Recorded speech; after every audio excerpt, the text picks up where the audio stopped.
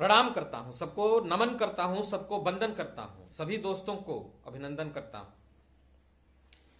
दोस्तों,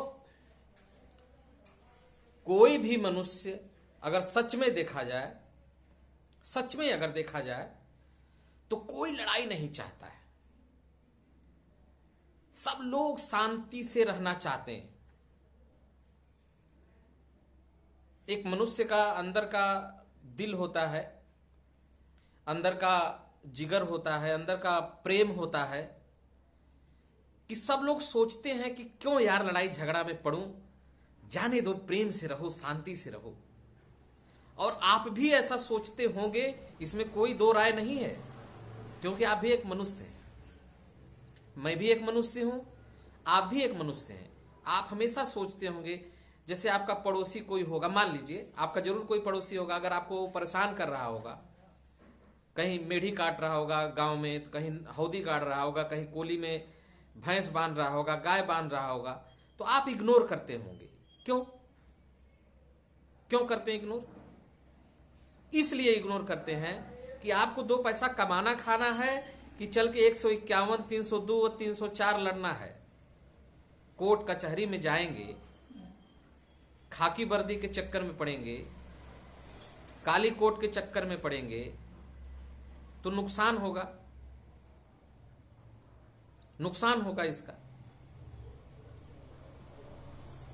आपकी नौकरी नहीं कर पाएंगे, चीजों पर कंसंट्रेट नहीं कर पाएंगे, और जो भी चीजें होती रहेंगी वो भी बाधित हो जाएंगी, यानी आप आर्थिक रूप से पीछे चले जाएंगे। सिंपल सी बात है कि आर्थिक रूप से आप पीछे चले जाएंगे, आर्थिक रूप से आप कमजोर हो जाएंगे।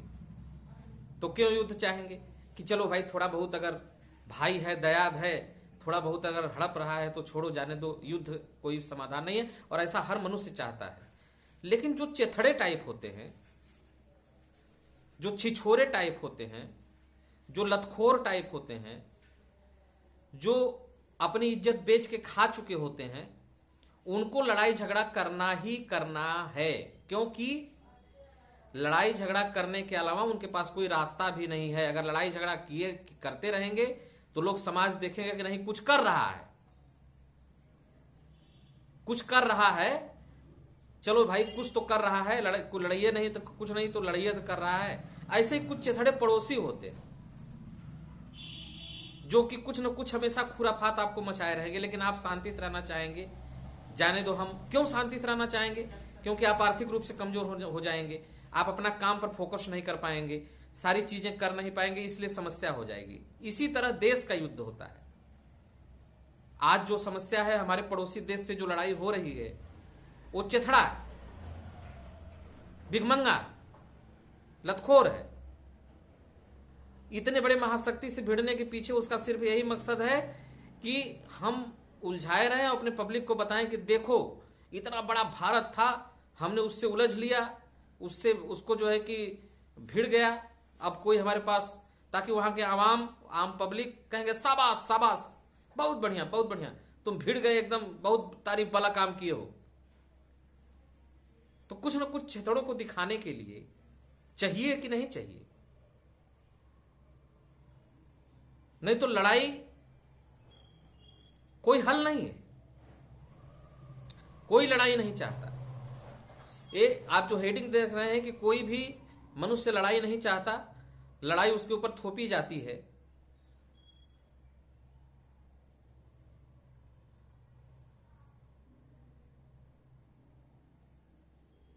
तो युद्ध कोई करना नहीं चाहता, बस युद्ध हो जाता है। और यहां पर भी जो पहलगांव में हुआ, यह छेछड़ापन वाला काम था कि धर्म पूछ के और सबके विधवाओं को जो है कि मार दिया गया। अब वही सिंदूर बदला जब लेने लगा तो फट के हाथ में आ गई। चलो, कब तक चलेगा? दोस्तों, आप लड़ाई तब तक नहीं चाहेंगे जब तक कि आपके आबरू पर कोई आंच न आए। ठीक है, आदमी जमीन ले लिया, थोड़ा सा हड़प लिया, थोड़ा सा एक कर लिया, चलो चलता है। लेकिन आपकी बहन बेटी का कोई इज्जत लूट ले, आपकी बहन बेटी को कोई विधवा कर दे, आपकी बहन बेटी का कोई सिंदूर जो उजाड़ दे, तो आप बोलेंगे कि मर जाओ, मिट जाओ, जो होगा ये जिंदगी भी रह के क्या करेगी। चलो भिड़ लो, वैसे भी मर ही जाना है और वैसे भी लड़के मर ही जाएंगे। तब आदमी लड़ाई के लिए तैयार होता है और लड़ाई थोपी जाती है, लड़ाई जरूरी हो जाती है। और ऐसा ही इस केस में हुआ, जहां पर ये भारत लड़ाई करना ना ही चाहता था, फिर भी उसे लड़ाई में झोंका गया। और कुछ जो प्रधान टाइप रहेंगे, जैसे अमेरिका है और रसिया है और भी अन्य कंट्री है जो पावरफुल, जैसे गांव में एक एक प्रधान होते हैं, दो पक्ष को भिड़ाकर मजा लेते हैं, ऐसे ही अंतर्राष्ट्रीय लेवल पर भी जो देश शक्तिमान होते हैं, शक्तिशाली होते हैं, उद्दे देशों को भिड़ाए रहेंगे, हथियार सप्लाई करते रहेंगे, लड़ते रहो, मरते रहो और आर्थिक रूप से पीछे जाते रहो। लड़ाई से देश बहुत पीछे चला जाता है दोस्तों। जैसे हम एक उदाहरण दिए कि आदमी जब लड़ाई अपने पड़ोसी से करता है तो आर्थिक रूप से बहुत पीछे चला जाता है, उसी प्रकार जब कोई दो देश लड़ाई करते हैं तो वह भी आर्थिक रूप से बहुत पीछे चले जाते हैं दोस्तों। इसमें कोई शंका वाली बात नहीं है, ये सत्य सी बात है, इसमें जरा भी शंका वाली कोई बात नहीं। तो ये जो ऑपरेशन सिंदूर चलाया जा रहा है, यह एक सोची समझी राजनीति रही, सोची समझी रणनीति रही। पाकिस्तान की आर्मी के पास कोई काम धाम तो था नहीं, पाकिस्तान की आर्मी के पास कोई काम धाम तो था नहीं। उधर बलूचिस्तान बवाल किया था, उधर चुनाव हो रहा था, उधर न जाने क्या क्या हो रहा था। तो देश, अपने देश की आवाम की को भटकाने के लिए एक ऐसा घृणित कृत्य किया कि कुछ लोगों को जो है भेज दिया गया पहलगांव में और धर्म पूछ पूछ के मार दिया गया और यह भी कह दिया गया कि जाके मोदी से बता देना। लो, आग में घी वाला काम जो है। अब यहां के देश को लोगों की जब बात आई तो जब देश के लोग सुने तो भारतीय आवाम भी यही कही, नहीं भाई अब बात दिल पर आ गई है, अब बात जिगर पर आ गई है, अब जो है लड़ाई होगी, मरो चाहे कटो, हम भी नहीं रहेंगे, तुम भी नहीं रहोगे, जो होगा सो देखा जाएगा। क्योंकि तुम घुस के हमारे देश में मार के और चले गए और इसके बाद कह रहे हो जाओ कह देना, इतना बड़ा जिगरा लेकर। तो जिगरा यहां भी है,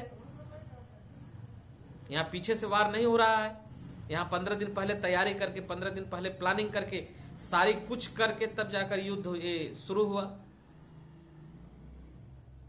तब जाकर ये युद्ध शुरू हुआ।